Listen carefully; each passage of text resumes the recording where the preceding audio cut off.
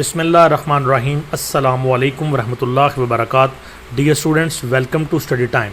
معاشیات، نحم و دہم، اکانومکس 9th and 10th کی ویڈیوز بنانے کا سلسلہ جاری ہے. اس سلسلے کی نیکسٹ ویڈیو کی طرف ہم آگے بڑھتے ہیں اور آج جماعت دہم کا ہمارا پہلا چیپٹر ہوگا، چیپٹر نمبر 8 یا باب نمبر 8.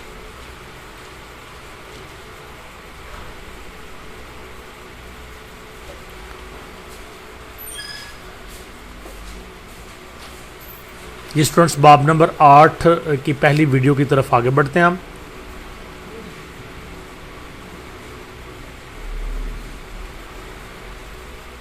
یہ اوورال 8واں چیپٹر ہے، لیکن جماعت دہم کا جو نصاب ہے اس کا یہ پہلا چیپٹر ہے، اسی لیے اس حصے کو حصہ دوم بھی کہتے ہیں. باب نمبر 8 قومی آمدنی کے بنیادی تصورات، basic concepts of national income. لیکن آپ سے گزارش ہے کہ اگر آپ نے ہمارے چینل اسٹڈی ٹائم کو سبسکرائب نہیں کیا تو سبسکرائب کریں اور ساتھ بیل آئیکن کے بٹن کو دبا دیں تاکہ نئی آنے والی ویڈیوز کے نوٹیفیکیشن آپ کو بر وقت پہنچ سکیں. تو جی اسٹوڈنٹس، 8.1 پہلا ہمارا ٹاپک قومی آمدنی کا مفہوم، میننگ آف نیشنل انکم.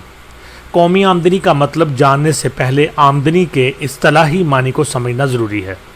وہ صلہ یا معاوضہ جو کوئی شخص اپنی ذہنی یعنی مینٹل، جسمانی یعنی فزیکل محنت یا کاوش سے جو اشیاء و خدمات کی پیدائش کے سلسلے میں سر انجام دے کر حاصل کرتا ہے، آمدنی کہلاتا ہے.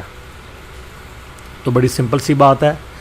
ہمیں کہا گیا کہ قومی آمدنی کا مطلب سمجھنے کے لیے ہمیں اس کا اصطلاحی معنی سمجھنا ضروری ہے، یعنی اس کا جو لفظی معنی یا ڈکشنری کے حساب سے معنی ہے وہ سمجھنا ضروری ہے.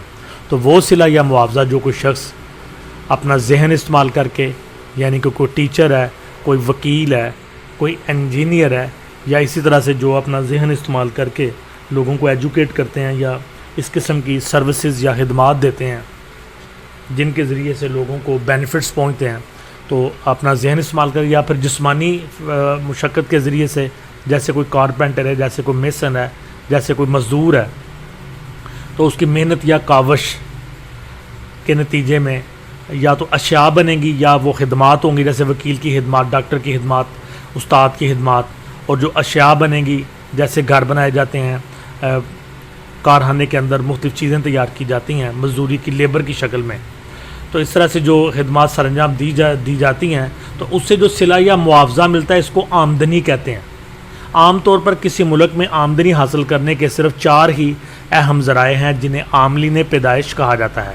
اگر ان تمام عاملین پیدائش یعنی زمین، محنت، سرمایہ اور تنظیم، تو جی اسٹوڈنٹس آپ جانتے ہیں کہ جو عاملین پیدائش ہیں اکنامکس میں جو درج کیے گئے ہیں وہ 4 ہیں: زمین ہے،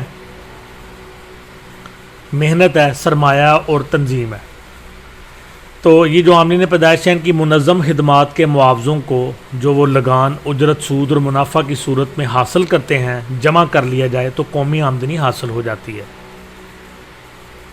یعنی جو زمین ہے اس کے اوپر جو ٹیکس لگتا ہے لگان کی شکل میں، جو کوئی محنت یا مزدوری کی جاتی ہے اس صورت میں اجرت حاصل ہوتی ہے.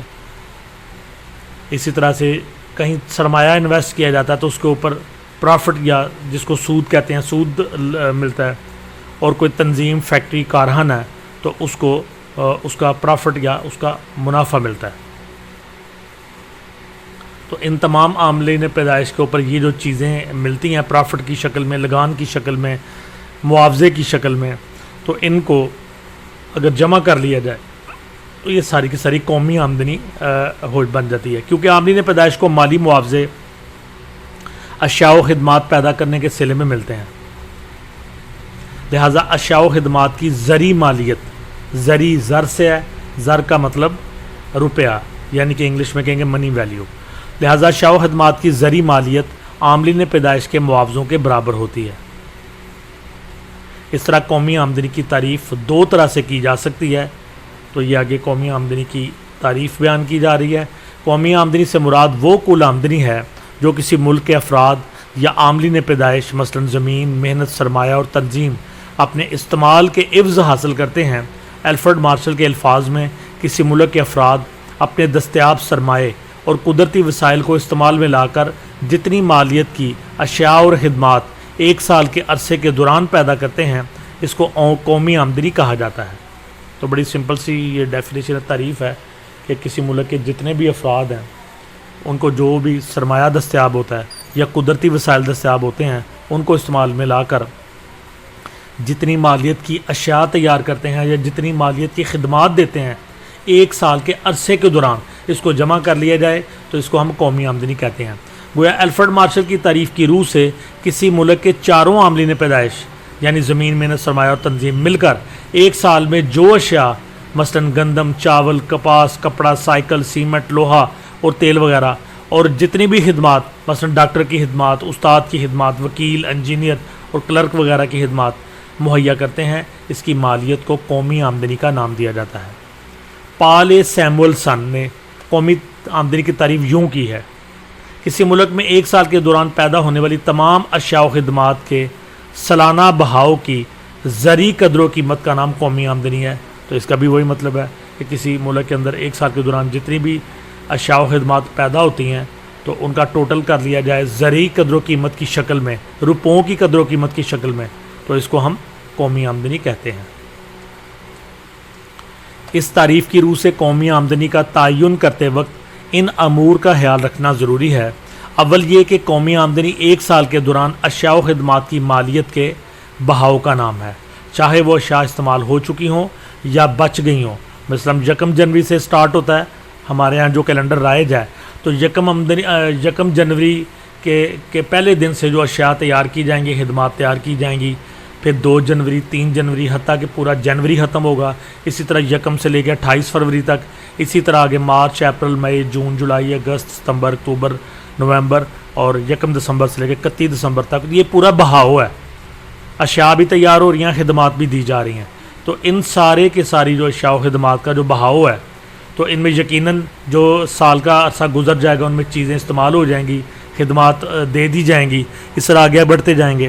تو اس طرح سے پورے سال کے دوران ان اشیاء و خدمات کا جو مجموعہ ہوگا زرعی آمدن کی شکل میں اس کو قومی آمدنی کہیں گے۔ دوسرا، قومی آمدنی کا تعین ہمیشہ روپے پیسے کی شکل یعنی زرعی مالیت میں کیا جاتا ہے، کیونکہ اشیاء و خدمات کی مالیت معلوم کرنے کے لیے کوئی دوسرا طریقہ پیچیدگی کا باعث بن سکتا ہے۔ مثال کے طور پر ملک میں ایک سال کے دوران پیدا ہونے والی تمام اشیاء و خدمات کی مالیت کا اندازہ ترازو میں تولنے، انچوں یا میٹروں میں ناپنے کی صورت میں مشکلات درپیش آ سکتی ہیں۔ تو جتنی بھی اشیاء تیار کی جائیں گی ان کی مالیت روپوں کی شکل میں ہوگی۔ مثال کے طور پہ کوئی ملک کے اندر 10,000 گاڑیاں تیار کی گئیں تو وہ 10,000 گاڑیوں کی شکل میں ان کو کاؤنٹ نہیں کیا جائے، بلکہ 10,000 گاڑیوں کی جو رقم ہوگی، مثال کے طور پہ 4 کروڑ یا 8 کروڑ یا 10 کروڑ، اس کو کاؤنٹ کیا جائے گا۔ اسی طرح سے ایک ملک کے اندر جو اساتذہ کی خدمات ہیں ان کو جو تنخواہیں دی جاتی ہیں تو ان کو کاؤنٹ کیا جائے گا، نہ کہ اساتذہ اور ان کی دی ہوئی خدمات کو کاؤنٹ کیا جائے گا، کیونکہ اگر اس طرح سے اشیاء اور خدمات کو کاؤنٹ کرنا شروع کر دیں گے تو وہ ایک مشکل بنے گی۔ لہٰذا ان چیزوں کی جو اشیاء اور خدمات کی جو پیمائش ہے وہ روپوں کی شکل میں ہوگی۔ تو جی اسٹوڈنٹس، یہاں پہ ہمارا آج کا ٹاپک ختم ہوتا ہے۔